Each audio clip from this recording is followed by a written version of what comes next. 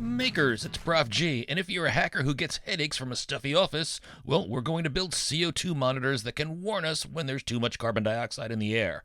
I'll code these in CircuitPython, and I'll create 2 builds using 2 different popular sensors at different price points, so that we can compare their accuracy and features.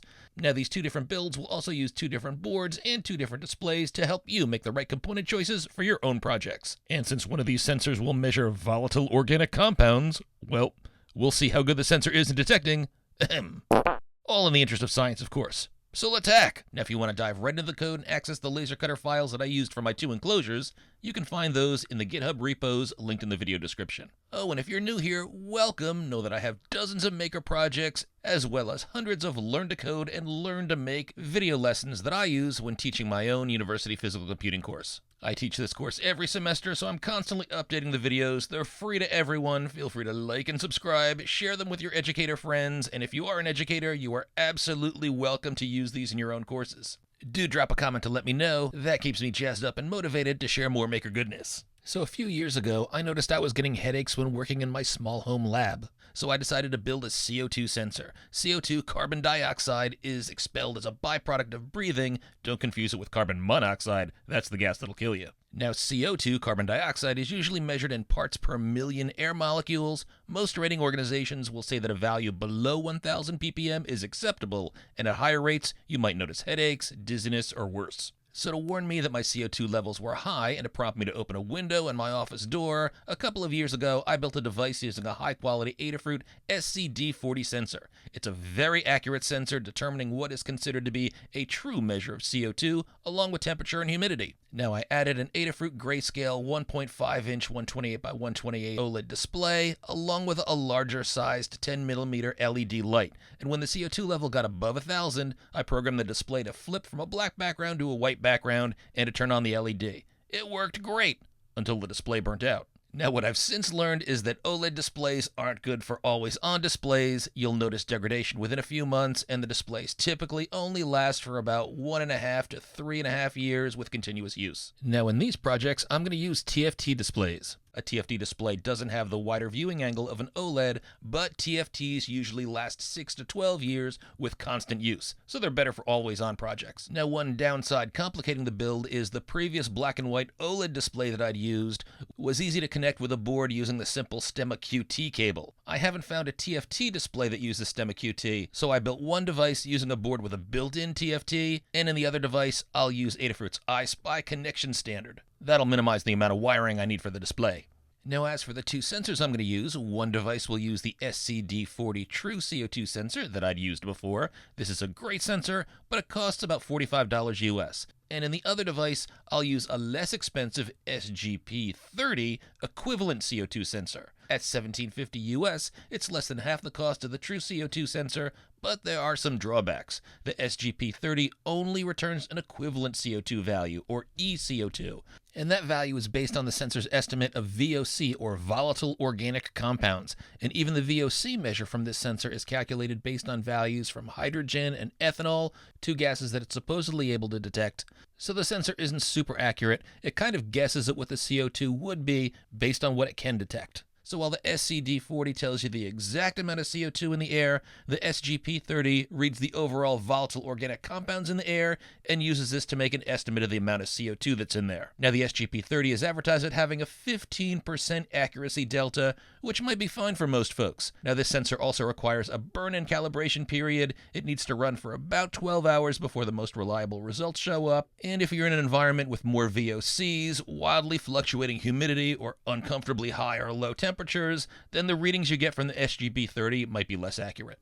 Now, although the lower cost sensor doesn't measure temp or humidity, VOC ratings can be helpful if you're worried about toxins like paint, cleaning chemicals, or off-gassing from new products like rugs or flooring. And also, after a big bowl of chili, humans might emit some VOCs themselves. So that middle schooler in the back of my brain has asked me to test for this, in the interest of science, of course. So we'll see if we can make that happen. So here are the builds. The first one uses that more accurate but more expensive SCD-40. It was added to an Adafruit ESP32-S3 reverse TFT board. This CircuitPython Python running board also includes a built-in 240 by 135 color display on the backside, which is nice because you can mount it flush to the enclosure. Another bonus, if you want a portable project, this board has a JST battery connection with pass-through charging, so if you plug in this kind of battery, you can plug it into a USB port and that'll charge it up. Now, since this board has a STEMMA QT port, all I needed to do to connect these two components was plug them both into a STEMMA QT cable, no soldering required. Now, I did extend the build with a little bit of soldering. I added a 10mm LED light to light up when the CO2 values were high, solder the anode or positive leg to a 100 ohm resistor, and close this in heat shrink. I used pin D13 for this, and that other leg goes to ground. Now, once I tested everything, I went to the campus makerspace and cut out the enclosure. I used walnut for a finished look, and I tried to engrave some holes to mount the board using screws, but that didn't work so well. So I used hot glue to glue the components to the inside of the build,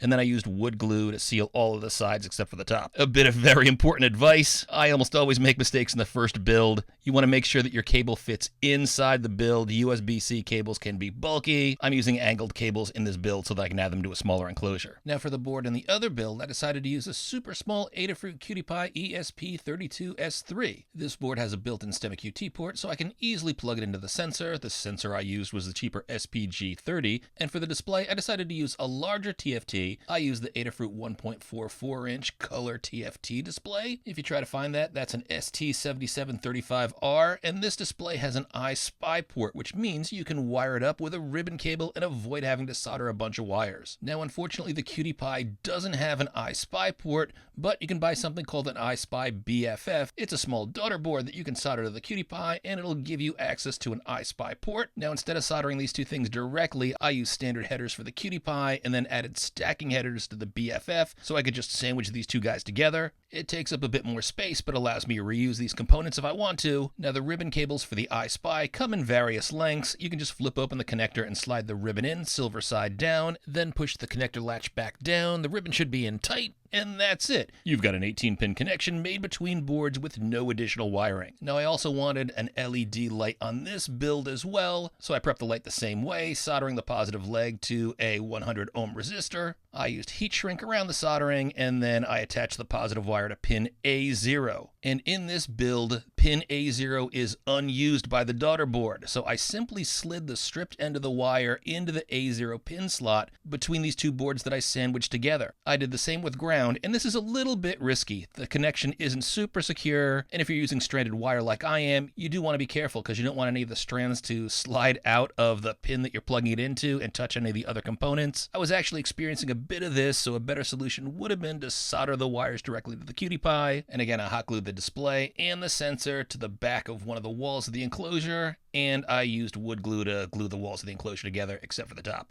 So now let's compare these two sensors. The SCD-40 is considered the most accurate. It's a true CO2 sensor. The sensor uses a technique called non-disruptive infrared, or NDIR sensing. Now the sensor emits infrared light through a chamber of air, and since CO2 absorbs specific wavelengths of infrared light, this lets the sensor determine CO2 concentration by measuring those wavelengths. The reading should be very accurate, no calibration needed. Now this cheaper SGP30 again gives an estimate of the CO2 based on a VOC reading, volatile organic compounds, but even that is an estimated value. This guy uses metal oxide sensors that estimate VOC based on changes in electrical conductivity when gases interact with the sensor's surface. In fact, while VOC measures volatile organic compounds, inorganic compounds in the air could influence the VOC reading, hence influence the accuracy of the CO2 reading. Temperature and humidity also impact VOC accuracy. Now another thing I noticed, the less expensive sensor seems to be more sensitive. It'll jump up immediately if I exhale close to the sensor. The more expensive sensor might take a few seconds to register any significant change in levels. Now that's in part because sensing takes longer with NDIR sensing, and that sensor also has some built-in averaging to reduce any errors that might occur if there's an erroneous reading. When I was in the room, I was sitting about 2 to 3 feet away from the sensor, and the sensors were placed about belly level on a table when compared with my sitting position in my office chair. Now, another thing that might impact sensor readings, especially VOC, is the placement of the sensor in my build. The SCD sticks out a little bit from its housing. The SGP30 is more recessed. It doesn't rise up much further than the board that the electronics are mounted on. Now, both of these sensors are pushed inside of the mounting box, and that's simply because the stemma QT ports are on the same side of the board as the sensors. Now, I could have mounted the board outside of the box, but that would have exposed the electronics, and that wasn't really the aesthetic I was looking for. Now, I have no idea if there's any off-gassing of glues or wood or anything else that's part of this build. It is a few days old now, but the way that I put these projects together could absolutely impact result accuracy. As they say in the auto industry, your mileage may vary.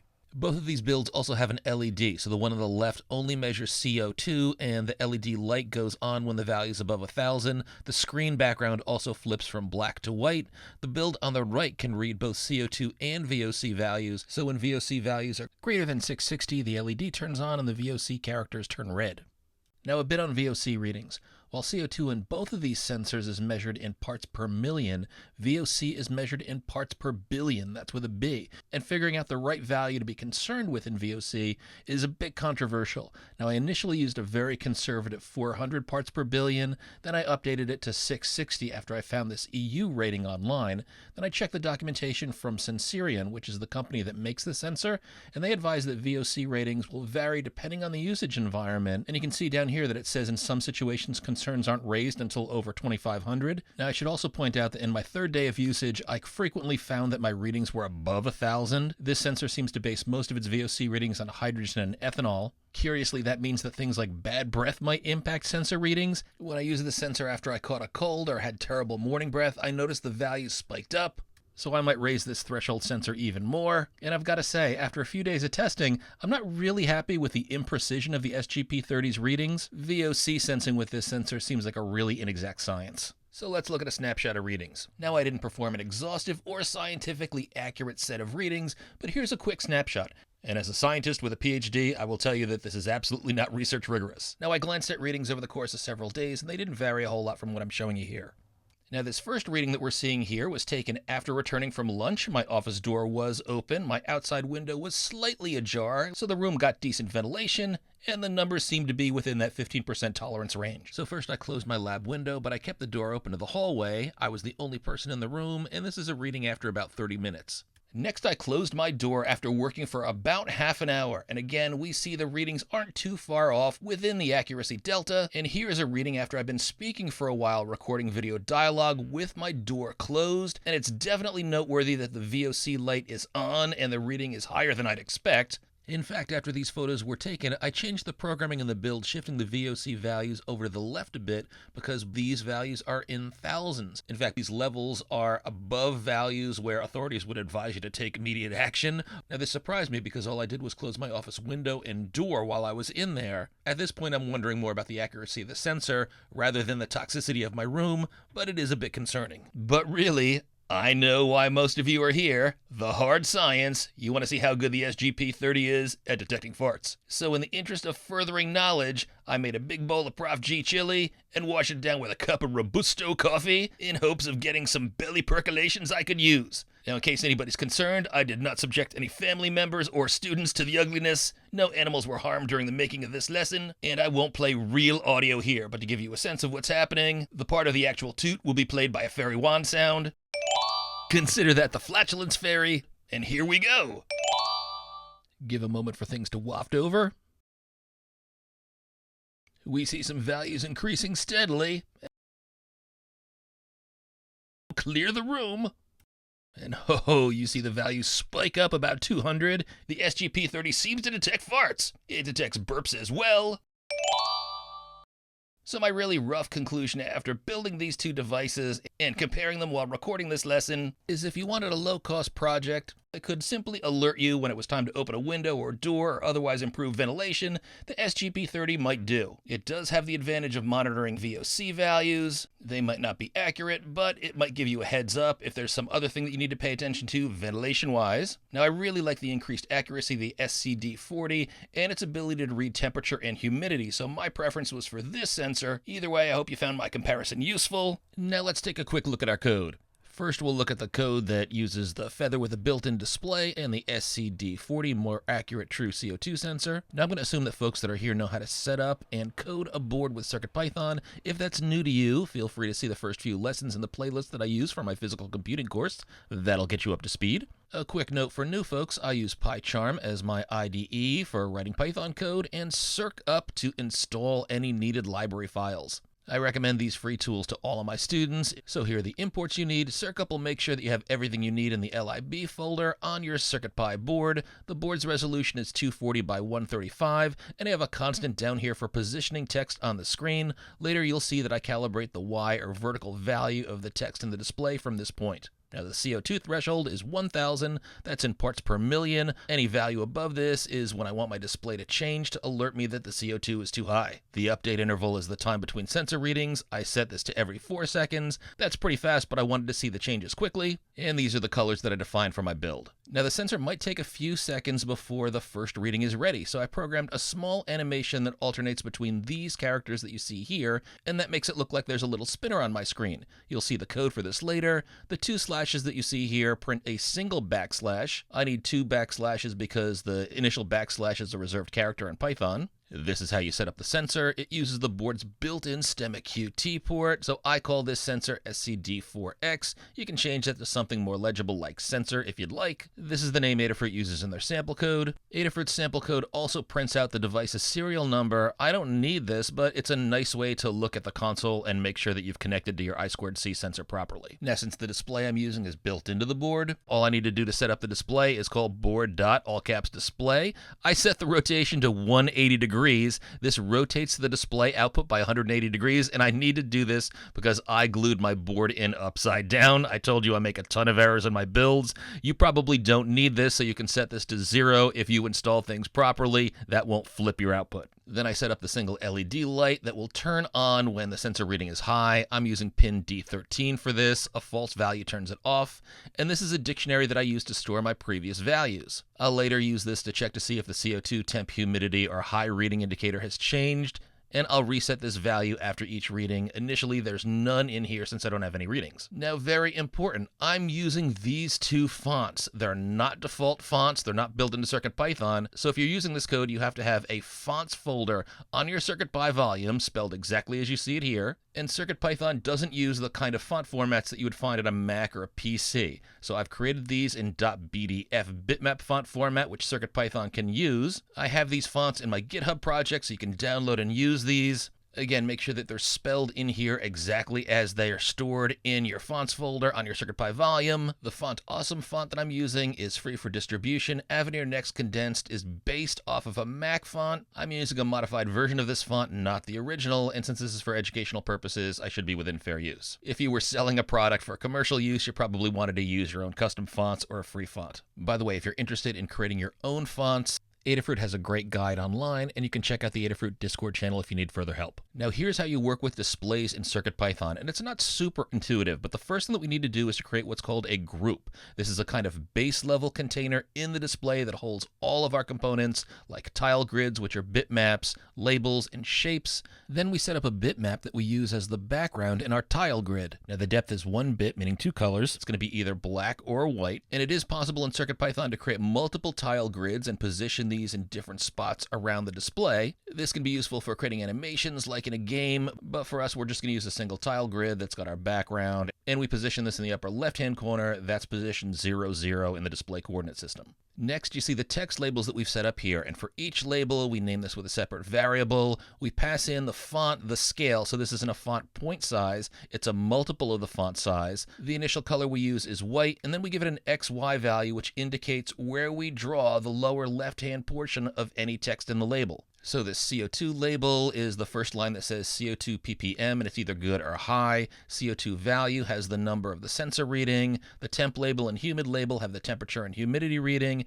And the icon label holds either a smiley or frowny face, depending on whether we have a good or high CO2 reading. Now with everything created we need for our display, we're going to append our tile grid and each of the labels. I could put each of these on separate lines, but going through a list of labels is a more compact way to add each of these labels to the group. Then finally we add this group that we've created to the display's root group, and that should set up our initial display. Then I have code here to run the startup animation, which looks like a spinning line. First, I put text in my labels. I run the show loading screen function. The update spinner function simply updates the labels with the next line character so that these labels look like they're spinning inside. I update each frame variable and call this later on in my code. The update labels code takes new values, the CO2, temp, humidity, and a Boolean value that indicates whether or not the CO2 reading is high. And this function is going to update all the text labels that are on my display. So these two lines here will flip the color of the background so that the text is black if I've got a low reading or white if I've got a high reading. Then I loop through all of my labels and set the color to either white or black for low or high. If the sensor reading is high, which is set later on in our code, is above the CO2 threshold, then I'm going to show the frowny face in red. Otherwise, I show the smiley face in green. And I also center this icon below the number reading. And since the high values are 4 digits, 1000 or greater has a larger number so that it's positioned further to the right. And finally, I set the LED value to the bool for is high, which is either going to turn the light off if I've got a good reading or on if I've got a high reading. Next, I update my CO2 value and temp humidity value if I've got any changes in that. Now you can see that this string has the degree symbol in here. Unfortunately, the Adafruit Terminal IO font that I'm using doesn't have the degree symbol in there, so this won't show up in the display. You can experiment with different fonts that do have the degree symbol if this is important to you. And then down here, we update our previous values dictionary with our most recent values. Now, these two lines down here are used for the spinning animation. We start out at frame 0, which is the first character in this list of spinning characters. The time monotonic gets the current timestamp, so we know what time we start this at. And later on, we'll compare this to the current time so that we can see if we need to update our animation or not. Now, this update function here actually handles getting the values from the sensor. Now, in this function, we're going to update our animation frame and our time label variables. So I've declared them as global variables here so I can update them in the function. And I get the current timestamp. Now I try to get a sensor reading, and if this works, I get rid of any decimals in my CO2 reading by converting the reading to an int. I do the same for temperature and humidity. Since I'm in the United States, I also convert the Celsius value, which is default, to Fahrenheit. You can get rid of that if you're not in the US. And I set the Boolean value is high, depending on whether or not the CO2 reading is above our threshold. Now you don't need these print statements in here. These statements don't work on the display. They only work on the console, but I like to have them print out in the console. It's useful for debugging and for making sure that my code's working properly. There's no harm in leaving this in. Then I call the update labels function that we looked at earlier, passing in all 4 of our new values based on the sensor reading. But if our reading didn't work, I also check to see if we have a CO2 reading. Now, if it's none, that happens when we first start our device. So what I'll do is I'll check the last animation time to see if we need to update our spinner. And if we do, I call update spinner animation, which simply displays the next character in the list of characters, so it looks like we have a little spinner on screen. Then I increment the animation frame so that the next time we call update spinner animation, we go to the next character in this list of characters, and we update the last animation time to the current time. Now, if we get any other error in here, we don't crash, but I will print this to the console so we can see the error output if we're debugging our code. And here's the main loop, our while true.